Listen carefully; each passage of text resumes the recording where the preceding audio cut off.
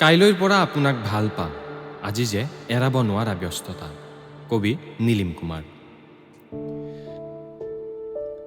কাইলৈৰ পৰা মই আপোনাক ভাল পাম, আজি একেবাৰে ব্যস্ত।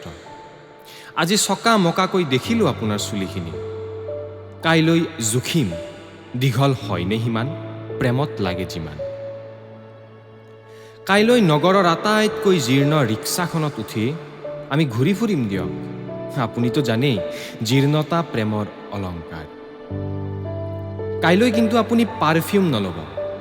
কাইলৈ ভাল লাগিব কেৱল ৰ'দ আৰু ঘামৰ গোন্ধ। আৰু তেতিয়াহে কোল্ড ড্ৰিংকছবোৰে আমাৰ ওঠবোৰক খুৱাব। নে আপুনি ভাল পায় আইচক্ৰীম? কাইলৈ সুধিম দিয়ক।